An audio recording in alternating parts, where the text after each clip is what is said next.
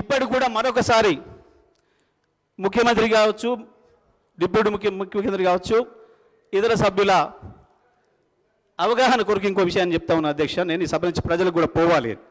మరి వారు చూపిస్తారో లేదో నాకు తెలియదు, కానీ ఎందుకంటే మాది మొత్తమే కట్ చేస్తున్నారు పైన. కెమెరాలు మా వైపు రావు, ఎప్పుడు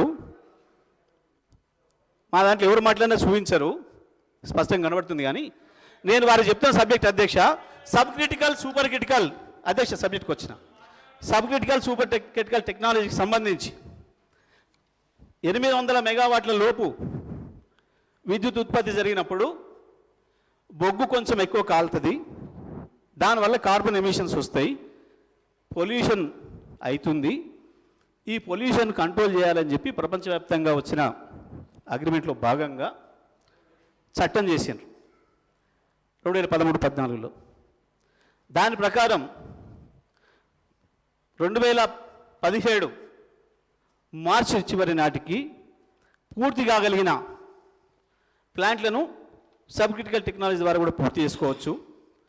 ఇక ఆ తర్వాత పూర్తి అయ్యే మాత్రం ఎట్టి పరిస్థితుల్లో కూడా సబ్ క్రిటికల్లో రావద్దు, సూపర్ క్రిటికల్తోనే స్టార్ట్ చేసుకోండి అని చెప్పి ఉంది దాంట్లో.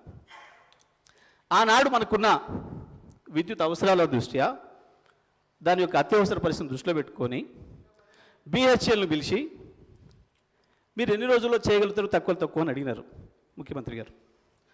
అడిగితే వాళ్ళు సూపర్ క్రిటికల్ది అయితే 5 సంవత్సరాలు 6 సంవత్సరాలు తీసుకుంటుంది, గతంలో అయితే ఎక్కువని తీసుకున్నాయి, మేము తక్కువ అంటే 4 సంవత్సరాలు చేయగలుగుతాం, అంతకు మించి తగ్గించలేం సార్ మేము అని చెప్పిండ్రు. కొత్తగూడెంది కేటీపీపీ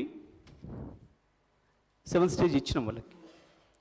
అదే సందర్భంలో మా దగ్గర 270x4 మెషినరీ 2270 మెగావాట్లు తయారు చేయగలిగిన మెషినరీ మా దగ్గర సిద్ధంగా ఉంది.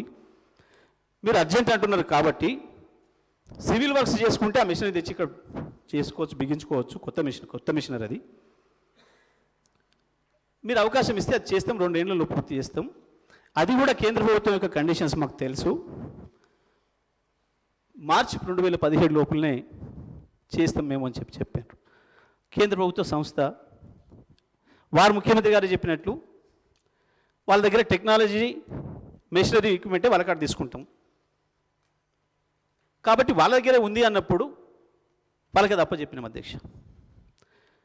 ఆ తర్వాత ఎన్జిటి కేసు, కరోనా ఇతర కారణం వల్ల ఆలస్యమైంది.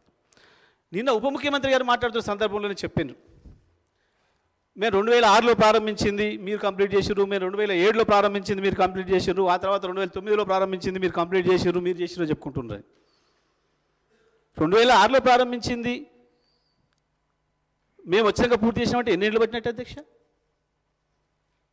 అయినా ఈ దేశంలో ఇప్పటి వరకు మొత్తం భారతదేశంలో రికార్డు మేము కొత్తగూడెంలో నిర్మాణం చేసిన 800 మెగావాట్స్ సూపర్ క్రిటికల్ టెక్నాలజీతో పూర్తి చేసింది అత్యంత తక్కువ సమయంలో, రికార్డ్ సమయంలో పూర్తి చేసినాం అధ్యక్ష.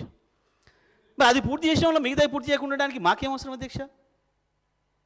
వచ్చిన కారణాలు ఎన్జిటి కేసులు, కరోనా, వాటి వల్ల ఆలస్యమైందని చెప్పినాం. ఇక సూపర్ క్రిటికల్ సబ్ క్రిటికల్ సంబంధించి ఏ కేంద్ర ప్రభుత్వం అయితే చట్టం చేసి మీరు సూపర్ క్రిటికల్ పోవాలని చెప్పిందో అదే కేంద్రం నుంచి ఈ మధ్యకాలంలో ఒక మెమో వచ్చింది అధ్యక్ష. సోలార్ విద్యుత్ ఉత్పత్తి ఎక్కువ అవుతున్న సందర్భంలో సూపర్ క్రిటికల్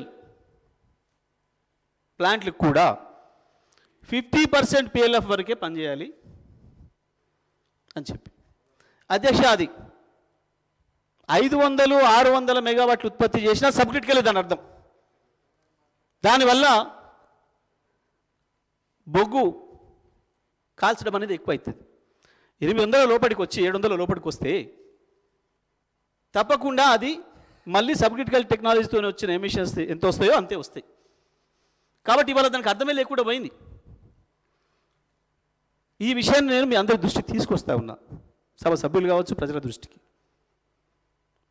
800 అయితేనేమో ఎమిషన్స్ తక్కువ ఉంటాయి, కార్బన్ తక్కువ కాలుతుంది బొగ్గు, అంతకంటే లోపైతే ఎక్కువ కాలుతుంది అనేది దీంట్లో వేరే ఏం లేదు పంచాయతీ.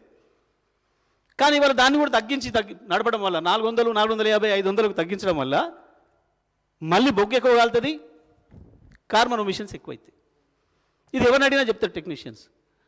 కాబట్టి దీంట్లో ఏందో బ్రహ్మ విద్య ఉంది, ఏదో sub critical super critical sub critical పెట్టిండ్రు, మొత్తం ఈ రాష్ట్రం నాశనం అయిపోయింది, దాంతో డబ్బులు పోయినాయి అని చెప్పి మీరు చేస్తున్న ప్రచారం సరైనది కాదు అనే విషయాన్ని నేను ప్రజలకు చెప్పవలసుకున్న ఇక్కడి నుంచి అదే విషయాన్ని ప్రస్తావించిన అధ్యక్ష. ఇకపోతే మీరు బీఓపీ బీటీపీ గురించి మాట్లాడినారు. అదే సందర్భంలో మనం ఇవాళ ఇక్కడ ఏదైతే కొత్తగూడెం ప్లాంట్ను బీహెచ్ఎల్కి ఇచ్చినామో మొత్తం కలిపేసినాం అధ్యక్ష. అది కూడా దాని మీద వీళ్ళు ఒక్కసారి కూడా మాట్లాడలే. ఇంక అది కూడా ఉంది. మరి కేవలం యాదాద్రి భద్రాద్రిలో బీహెచ్ఎల్కి ఇచ్చినాం మాట్లాడుతున్నారు.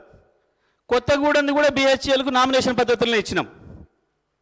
దాన్ని మేము ఇచ్చింది 3800 కోట్లకి అధ్యక్ష బీహెచ్ఎల్కి. కానీ అదే సమయంలో పక్కన ఆంధ్రప్రదేశ్లో బీటీజీని బీఓపీని వేరువేరు చేసి నామినేషన్ పైనే బీహెచ్ఎల్కు 2007 కోట్ల రూపాయలకి ఇచ్చిండ్రు. సివిల్ వర్క్లను ప్రైవేట్ కాంట్రాక్టర్లను పిలిస్తే బిడ్డింగ్ రూపంలో దాదాపుగా 2700 కోట్లు 2600 కోట్లు సబ్జెక్టు కండిషన్. మనకంటే 830 కోట్లకు పైగా ఎక్కువ ఖర్చు వచ్చింది ఆంధ్రప్రదేశ్లో. సేమ్ సైజు సేమ్ ప్లాంటు విజయవాడలో. ఇంకోటి కృష్ణపట్నంలో కూడా పిలిచారు అదే సమయంలో. అక్కడ ఇంకా ఎక్కువ. ఇదే బీహెచ్ఎల్కు 2007 కోట్లకేమో బీటీజీ ఇచ్చిండ్రు. బీఓపీ అక్కడ 3000 కోట్ల చిల్లరకు వచ్చింది అధ్యక్ష ఓపెన్ టెండర్గా పిలిస్తే. మనకంటే 1150 కోట్లు ఎక్కువైంది. మరి మనం బీహెచ్ఎల్కి ఇచ్చి లాభం జరిగిందా నష్టం జరిగిందా?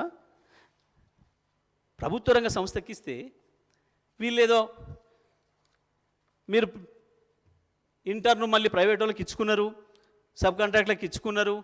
అధ్యక్ష, ఒకవేళ మీరన్న మాట ప్రకారం దాంట్లో ఏదో మతలబు ఉండి ఏందో పైసలు వస్తాయి అనుకుంటే మేము బీహెచ్ఎల్కి ఇచ్చి సబ్ కాంట్రాక్ట్ తీపియాలి అధ్యక్ష. మేము డైరెక్ట్గానే ప్రైవేట్ వాళ్ళు పిలుచుకుంటాం కదా.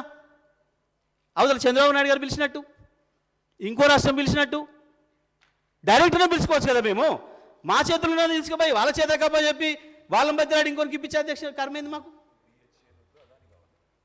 కానీ వీళ్ళకు రేపు కూడా మేము బీహెచ్ఎల్కి ఇవ్వాలని మేము డిమాండ్ చేస్తామన్న భయంతో వేరే తప్పుడు ఆలోచనలు మనసులో పెట్టుకొని ఇప్పటి నుంచే లేదని నిర్మాణం చేసుకుంటారు అధ్యక్ష.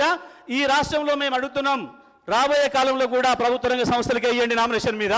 మేము మిమ్మల్ని మెచ్చుకుంటాం, మేము మిమ్మల్ని అభినందిస్తాం, బీహెచ్ఎల్కే ఇవ్వండి మేము డిమాండ్ చేస్తున్నాం. మేము ఇచ్చిన పద్ధతిలోనే ఇవ్వండి, మేము కాదనడం లేదు. మీరు తర్వాత సబ్ కాంట్రాక్ట్లు ఎవరికి ఇప్పించుకుంటారు, ఏం చేసుకుంటారు, అది మీకు తెలిసిన విద్య. అందులో ఒక్క సబ్ కాంట్రాక్టర్ అంటాడు ఎవడో కూడా నాకు పేరు తెలియదు ఇప్పటివరకు. కాంట్రాక్టర్ ఎవడో తెలియదు, సబ్ కాంట్రాక్టర్ ఎవడో తెలియదు. ఉంటే గింటే మీ చుట్టాలు ఎవడో ఉండొచ్చు కాంట్రాక్టర్లు. నా చుట్టమోడు ఒక్కడి కాంట్రాక్టర్ అధ్యక్ష.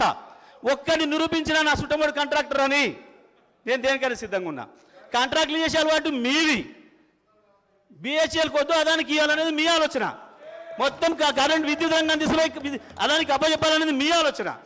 డిస్కమ్లను తీసుకుపోయి వాళ్ళకి అప్పచెప్పాలనేది మీ ఆలోచన. మీరు దొంగరాతలు రాయిస్తున్నారు.